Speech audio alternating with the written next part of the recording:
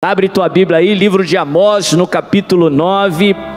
Estou falando sobre frutificação, uma promessa que recebemos para esse ano de 2024, que seria um ano de frutificação. E eu quero declarar sobre a sua vida que esse ano, em nome de Jesus, ainda será um ano de frutificação. Deus vai abrir portas, Ele vai fazer germinar aquela semente que você plantou. Em nome de Jesus, você vai colher o melhor do Senhor ainda nesse ano, em o nome de Jesus.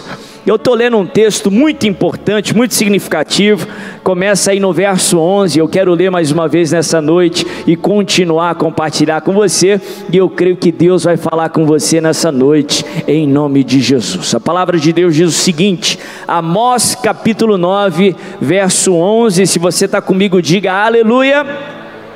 A palavra de Deus diz assim: naquele dia levantarei a tenda caída de Davi. Fala comigo, tenda caída de Davi. Mais uma vez para você se lembrar, diga tenda caída de Davi. Agora continue lendo e nós vamos voltar aqui mais tarde. Consertarei o que estiver quebrado e restaurarei as suas ruínas. Eu a reerguerei para que seja como era no passado, para que o meu povo conquiste o remanescente de Edom e todas as nações que me pertencem, declara o Senhor, que realizará essas coisas. Dias virão, declara o Senhor, em que o que ceifa continuará até o tempo de arar, e o pisar das uvas até o tempo de semear. Vinho novo gotejará dos montes e fluirá de todas as colinas. Trarei de volta a Israel o meu povo exilado, e eles reconstruirão as cidades em ruínas e nelas viverão. Plantarão vinhas e beberão do seu vinho, cultivarão pomares e comerão do seu fruto. Plantarei Israel em sua própria terra, para nunca mais ser desraigado da terra que lhe dei, diz o Senhor, o seu Deus. Olha que texto tremendo. Esse texto que o profeta Amós ele compartilha para o povo de Israel também é um texto muito significante, muito importante. Os judeus creem que esse texto se trata do momento em que o Messias virá, restaurando o reino a Israel, restaurando o tempo de glória que Israel teve no passado e experimentando uma glória ainda maior, promessa do Senhor, do Deus de Israel. O texto é representativo para nós, como cristãos, porque nós sabemos que o Messias de fato já veio. E a Bíblia nos ensina que um dia ele vai voltar. Quantos creem que Jesus vai voltar? Ou melhor, quantos creem que Jesus está voltando? E nós cremos que esse texto fala do período da volta de Jesus, aonde ele vai vir aqui na terra e vai reinar aqui na terra com os seus santos, e por um período nós vamos experimentar a plenitude do reino de Deus aqui na terra. Deus reinando ali em Israel, o Deus de Israel, o Deus da igreja. Mas o Senhor Jesus nos ensina a não esperar que essas promessas se cumpram apenas lá na frente. Sim, deve encher o nosso coração de esperança, mas a Bíblia não nos ensina a viver um evangelho passivo, muito pelo contrário. Jesus por várias vezes nos ensinou que nós não devemos esperar essa realidade apenas para o futuro, mas nós devemos buscar essa realidade no presente. Na oração universal, na oração do Pai Nosso, que não era uma repetição que nós devemos repetir como se não fizesse sentido para nós, mas ali na oração universal o Senhor nos dá princípios que devem estar presentes em todas as nossas orações. E ali Jesus nos ensina que nas nossas orações nós devemos buscar a realidade do reino de Deus aqui na terra, no tempo presente. Ele diz na oração que quando nós orássemos, nós deveríamos orar assim: venha a nós o teu reino, seja feita a tua vontade, aqui na terra como nos céus. Ele nos ensina a buscar essa realidade, a realidade do reino, que é uma realidade de frutificação, é uma realidade de colheita. Lendo essa profecia do profeta Amós, nós vemos que é interesse de Deus, é vontade de Deus, que você receba a colheita do Senhor, que você receba da frutificação que só Deus pode lhe dar. E eu comecei lá na primeira quarta-feira a compartilhar a primeira lição. O primeiro passo é, para que você possa frutificar, você precisa semear. Fala comigo, semear. Diga assim, semeadura. Não existe colheita sem semeadura. Gálatas 6:7, a Bíblia fala de Deus, ninguém zomba. Aquilo que o homem semear, isso também ele ceifará. Para você colher, você precisa semear.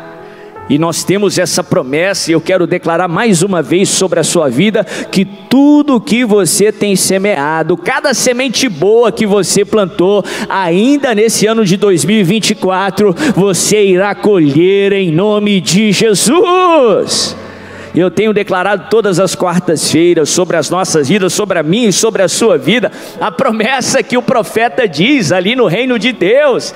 Ele fala que aquele que pisa uvas ia seguir até o tempo da semeadura, o tempo da colheita ia ser o mesmo tempo da semeadura. Em outras palavras, não haveria distinção das estações, uma estação para plantar e outra estação para colher. Aqui o profeta fala que na mesma estação que você plantasse, você também iria colher em nome de Jesus. Deus vai acelerar o tempo da colheita. Você não só vai colher as sementes que você plantou até aqui, mas Deus vai acelerar o processo nesse ano, e cada nova semente que você jogar na terra, cada nova semeadura nessa mesma estação, você irá colher em nome de Jesus. Eu falei que a primeira lição era semeadura. A segunda lição que eu compartilhei na segunda quarta-feira era cultivar a semente. Você não só precisa semear, mas você precisa cultivar a semente. Todo agricultor sabe que você precisa regar a terra. Se o solo perder a umidade, ele vai secar e você vai perder a semente.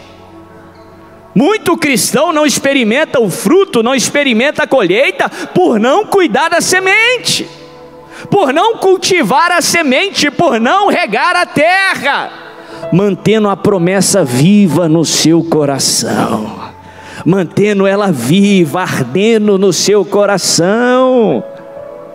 E eu ensinei alguns princípios para você manter a promessa viva. Um deles é meditar na palavra. Aliás, uma exigência para ser bem sucedido. Josué no capítulo 1, Deus fala isso para Josué algumas vezes. Para que você seja bem sucedido por onde você andar, medita nas palavras do livro da lei, não uma vez por dia não, de dia e de noite, de manhã, de tarde, de noite, no café, no almoço e no jantar. Se lembre das promessas, declare as promessas, cante sobre as promessas, medita na palavra do Senhor, para que você seja bem sucedido por onde você andar. Terceiro princípio que eu compartilhei na quarta passada, eu falei sobre perseverança. Todo agricultor tem que perseverar em um certo ponto. Todos nós precisamos perseverar. Deus faz questão da nossa perseverança. A única forma de um servo do Senhor perder uma batalha, deixar de experimentar a colheita, o fruto, é se ele desistir. Em outras palavras, é se ele não perseverar. É por isso que Jesus fala: o que perseverar até o fim será o quê? Salvo. O inimigo não pode te tocar sem autorização de Deus. Ele não tem poder de impedir o cumprimento da palavra do Senhor, ou impedir você de alcançar algo. Mas sabe como ele age? Te enganando, jogando mentiras na sua cabeça, para que você mesmo se pare, para que você desista, para que você deixe de perseverar. Mas em nome de Jesus, como homem de Deus, eu quero declarar sobre a sua vida, eu quero te exortar: não desista, não pare, continue, persevera. Eu sei em quem nós temos crido, e eu sei que Ele é poderoso, Ele é fiel para cumprir tudo que Ele prometeu. Não desista. Fala para a pessoa que está do seu lado: não desista. Quarta lição, para que você possa experimentar a frutificação do Senhor na sua vida: você precisa restaurar a casa caída de Davi. Eu poderia ficar nesse tema por um longo tempo, talvez pode ser até aí uma série futura, para falarmos sobre a casa de Davi, ou melhor, o tabernáculo de Davi. Uma promessa para os nossos dias. Esse texto é muito significativo para a história de Israel. Aliás, na inauguração do Estado de Israel moderno, lá em 1948, na cerimônia oficial, foi lido esse texto do profeta Amós, do capítulo 9, a partir do verso 11. Que Deus restauraria a casa caída de Davi. O que foi ou o que é essa casa de Davi que está caída? Alguns textos colocam como tabernáculo de Davi. O tabernáculo de Davi, por um momento, durante o reinado de Davi, foi o lugar aonde a arca da aliança, que representava a presença do Senhor, ela habitava. Era um lugar simples. Se você tem algum conhecimento do Antigo Testamento, tinham 3 modelos de tabernáculos em todo o Antigo Testamento, aonde a Arca da Aliança esteve. Teve o tabernáculo de Moisés, o primeiro, depois teve o tabernáculo de Davi, e depois teve o templo de Salomão. Em todos esses, a Arca da Aliança, que era uma representação concreta no Antigo Testamento da presença do Senhor. Haviam esses 3 modelos de tabernáculo, mas só o tabernáculo de Davi, a Bíblia fala que nos últimos dias ele seria reconstruído. E por que o profeta traz essa promessa, traz essa profecia? Por que Deus quer restaurar o tabernáculo de Davi? Sim, tem algumas características do tabernáculo de Davi que são extremamente relevantes para os nossos dias, para os dias de hoje. Tem lições, tem verdades, tem promessas que aprendemos através da casa de Davi, do tabernáculo de Davi. Um pouco de contexto, para você entender o que eu estou querendo compartilhar. A Bíblia fala que depois que o primeiro rei de Israel morreu, Saul, Davi, ele assume o trono. Primeiro ele assume o trono ali na tribo de Judá, que era a sua tribo, e depois ele consegue unificar todo Israel, e ele passa a ser o rei de Israel. Ele reinou por 40 anos em Israel. A Bíblia fala que uma das primeiras atitudes que Davi teve depois que ele assumiu o trono, ele reúne o povo, ele reúne ali os seus principais, o pessoal da linha de comando, e ele emite um decreto. Ele convence o povo e ele diz: olha, nós precisamos trazer a Arca da Aliança, a Arca da presença de Deus aqui para o centro de Israel, aqui para Jerusalém, porque nós não nos valemos dela nos dias de Saul. Nós não nos importamos com ela, nós não valorizamos ela nos anos do rei Saul. A Bíblia fala que por alguns anos a Arca da Aliança permaneceu na casa de Abinadab, com a família de Abinadab. E uma das primeiras atitudes do reinado de Davi, não por coincidência o reinado dele foi aprovado, não por coincidência o reinado dele foi abençoado, ele decide trazer de volta a Arca da Aliança, a presença do Senhor. Se você estudar durante todo o tempo no qual a casa de Davi funcionou, no qual a tenda de Davi permaneceu erguida, Israel teve vitória nas suas batalhas. Durante todo o momento em que a tenda de Davi permaneceu funcionante, Israel prosperou, Israel frutificou. Restaura o tabernáculo de Davi na sua vida, na sua casa, porque vai haver vitória, porque vai haver colheita, porque vai haver frutos, vai haver a bênção do Senhor, em nome de Jesus. Mas interessante que Davi trouxe a presença. Davi precisou convencer todo o povo a trazer a presença. Davi precisou convencer o povo que valia a pena trazer a Arca da Aliança. Da mesma forma, para que o Senhor venha sobre a sua vida, você precisa convidá-lo. Da mesma forma, para que o Senhor venha sobre uma situação, você precisa convidá-lo. Deus jamais vai ser intruso no seu coração, Ele jamais vai ser intruso na sua vida, Ele jamais vai ser intruso na sua família.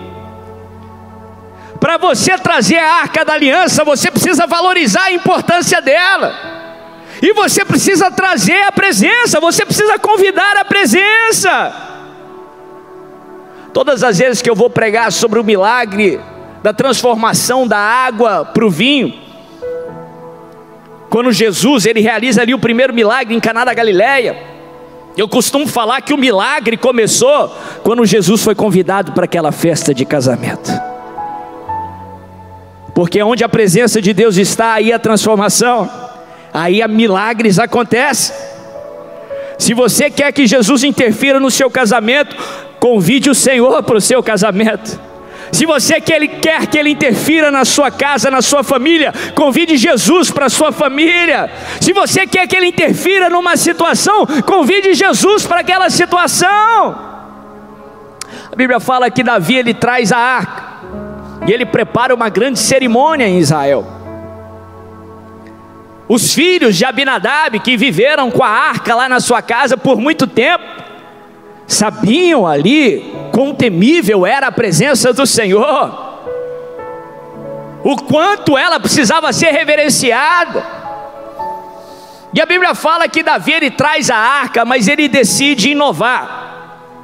Ao invés de trazer conforme a lei determinava, com os levitas carregando a arca nos seus ombros, ele traz a arca num carro novo, que era a forma que os filisteus usavam, era a forma que os filisteus tinham usado para tirar a arca do seu território. Certa vez a Bíblia fala que eles colocaram a arca num carro, com a tecnologia filisteia, e levou aí a arca ali para o território de Israel. Davi usa um método humano, um método filisteu, para trazer a arca do Senhor. Ele traz a presença, ele tenta fazer a vontade de Deus à sua maneira.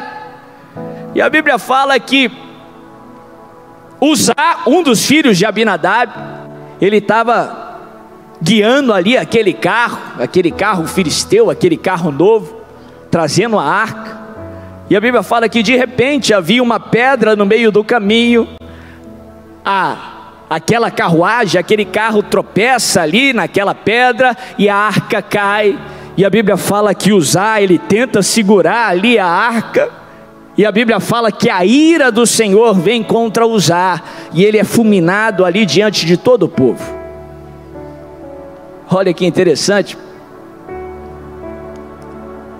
Muitas vezes a gente pensa que para trazer a presença nós precisamos de algo a mais, precisamos fazer algo precisa acontecer, nascer.